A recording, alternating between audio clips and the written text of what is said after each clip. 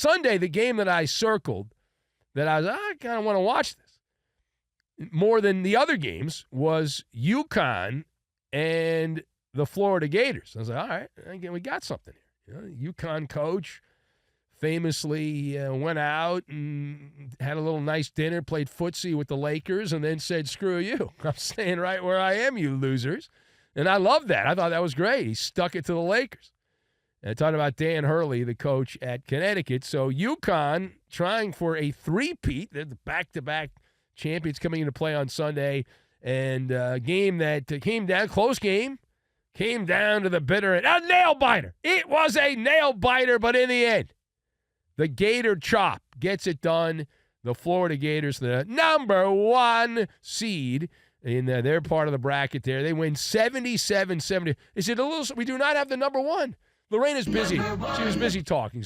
Well, there we go. Now we have the number 1. The number 1 was down. Oh, my God. All right. So that means for Connecticut, turn at the last, the party's over. They're done. The number 8 seed out as they have been exterminated from the NCAA tournament. Now, what happened after the game is, to me, the more interesting part of the story. The better story is in the losing locker room.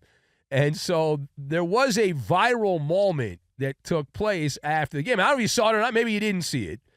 But Dan Hurley was caught on candid camera as he was stomping off the court there, and he had a profane message to the team that was going to follow UConn and Florida on the court there in Raleigh, as grainy cell phone footage captured Dan Hurley seemingly admonishing the referees, putting the finger of blame on the officials as he entered the bowels of the arena there in North Carolina, as he went viral. He said, I hope they don't blank you like they blanked us.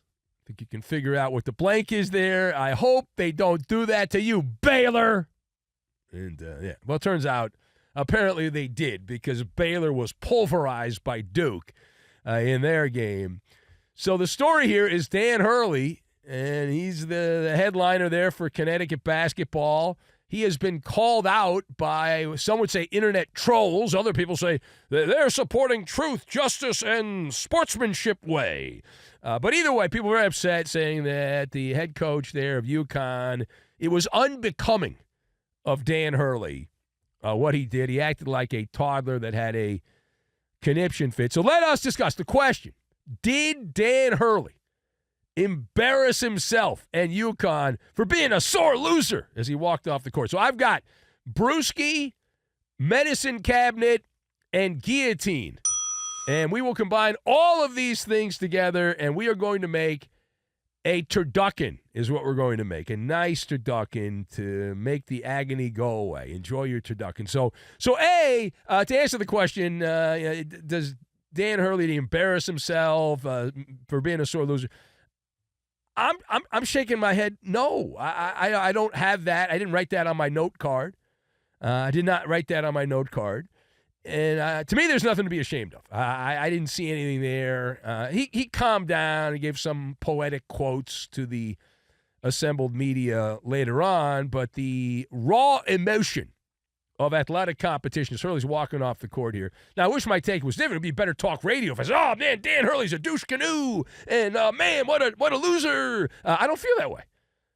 There's a natural reaction.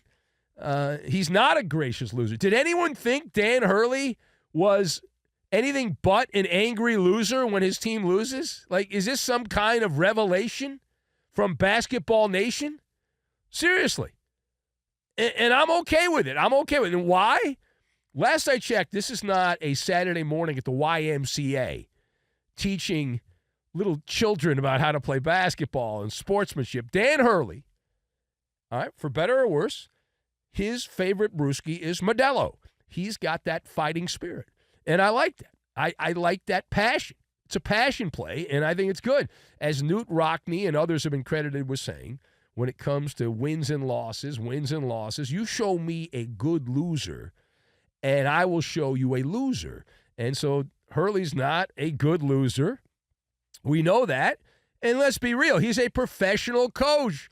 Dan Hurley is a professional coach. He's making $8 million a year, over $8 million a year, to coach in a sleepy college town in Connecticut. And this is the test. The NCAA tournament is the test. No one watches college basketball other than the tournament. Unless you're a degenerate gambler, you're not watching college basketball other than March Madness. So this is the only time that matters. And he felt that his team was aggrieved by the referees, and he was upset by it, and that was his reaction. But we know about Dan Hurley. The guy is a convicted wackadoodle. He is a wackadoodle. A lot of these coaches are wackadoodles. A lot of the players are wackadoodles. All right, I mean, this is not a natural thing. That's the way it is. All right, he's a professional coach, Dan Hurley. The players are making money. They're professionals, the NIL deals. It's professional basketball. It's what it is. Student athlete, my fat ass student athlete. It was never student athlete. They're always getting money in envelopes. Now they're getting it right out in front. But Dan Hurley, remember that story a couple weeks ago? We talked about it a little bit on the air, but they did a deep dive on what makes Dan Hurley tick. And, he burns sage to ward off bad juju, and he spritzes holy water on the court. He's got bags of garlic bulbs he walks around with to keep evil spirits away. I mean, he's going for it. He's doing all that, right? He's got all that stuff in his repertoire. And so that's who he is. He eats the same Lucky Blue M&Ms before every game. Like, he's got this routine. He only eats the color blue unless the other team has the opponent has the color blue. And then he's got to switch it up and he'll eat like a red or a green, depending on what color they have. So snapping, like Dan Hurley did, on brand.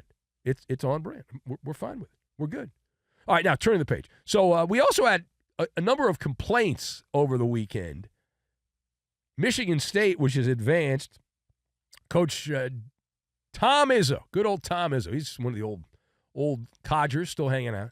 So Tom Izzo and then UCLA's Mick Cronin. UCLA was eliminated over the weekend, but both coaches, Izzo and Mick Cronin, were grumbling. They got that grumbling tummy over the weekend. They were complaining about what? What were they complaining about? Oh, my God, we've got to play those late games oh, my God, so late. Yeah, they were complaining about the late start times in the NCAA tournament. And the question, do you have any empathy for Tom Izzo at Michigan State and Mick Cronin at UCLA, both of them giving the bad body language and the grumbling about the start times for their teams? And again, UCLA's been eliminated. Michigan State plays on. So on this one, thumbs up, thumbs down. I go thumbs down. I do not have empathy.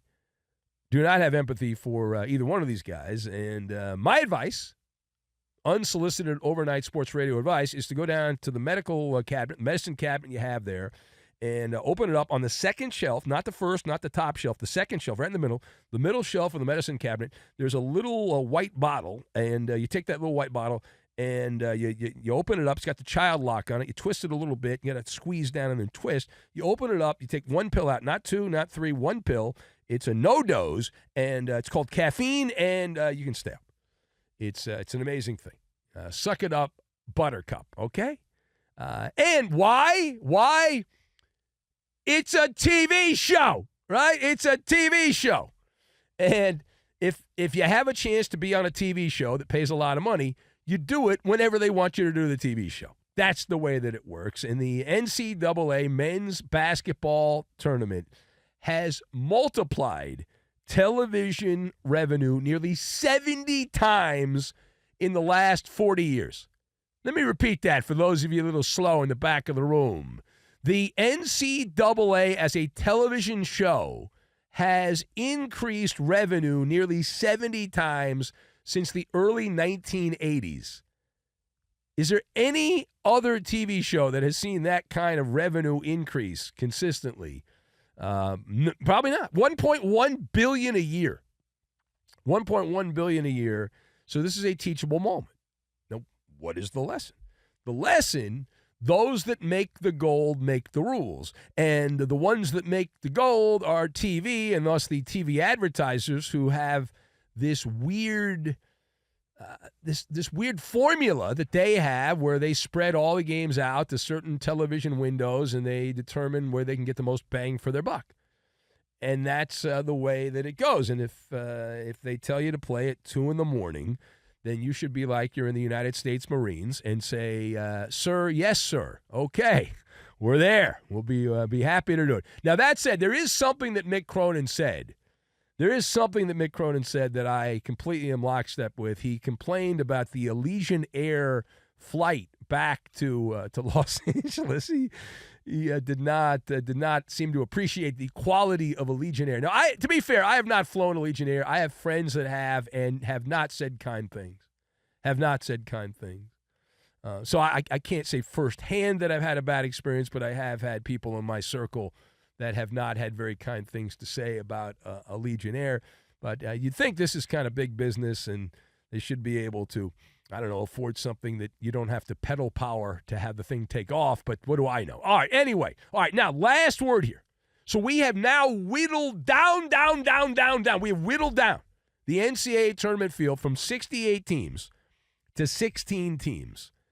And how do you dissect the clear and obvious lack of Cinderella? Cinderella is not there. There is no Cinderella in the Sweet 16 of March Madness. So how do you dissect this? So I have, after a special minutes-long Maller dissection, I have determined this is industrial strength chalk is what this is. Obviously, it's industrial strength chalk. So the Sweet 16, the total seed value, they add up the seeds, 55. What does that mean in layman's terms? So it means the average seed going forward, now that we've made it through the first weekend, is 3.44 is the average seed.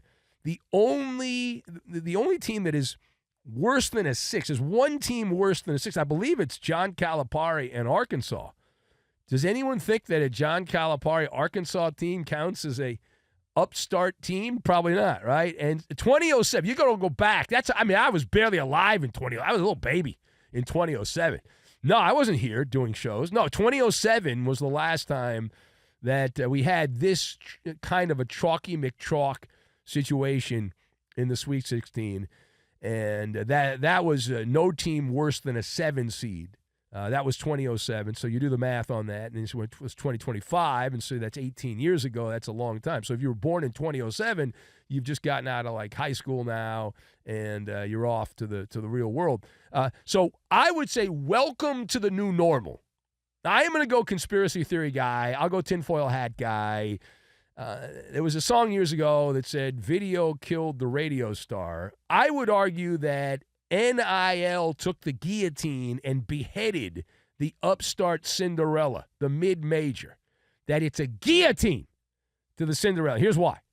All right, name, image, likeness. Well, I'm not against it. It seems a little bit out of control to me, but I'm not against it. Right? I'm the guy that ranted from the bully pulpit. It's ridiculous. They kept saying student athlete. These guys should get paid over the table. They got paid over the table. Fine. But name, image, and likeness. Poaching. It's like whaling, and you hear stories about, I don't know how much that's true or not, but the whaling and back in the 60s, and they just destroyed the whale population out in the oceans and all that. But the poaching, if you're halfway decent at a mid-major, you're not staying at a mid-major. You're not, right? I mean, there's a dramatic decline of the underdog. The first sign of life you have if you're a mid-major player, and they're always on the hunt. They're always on the prowl at these major schools, and they're going to snatch you away and give you a giant check. If you're a diamond in the rough, you're not going to be in the rough for very long. So for me, I can't count. John Calipari, I cannot count as an underdog. So for me, I got to go BYU, that tater tot guy, the tater tot bloodline guy. That's got to be the dog, right? That's got to be the underdog. BYU tater tot guy. Grandfather invented the tater tot. The kid for BYU, that's got to be the one. All right.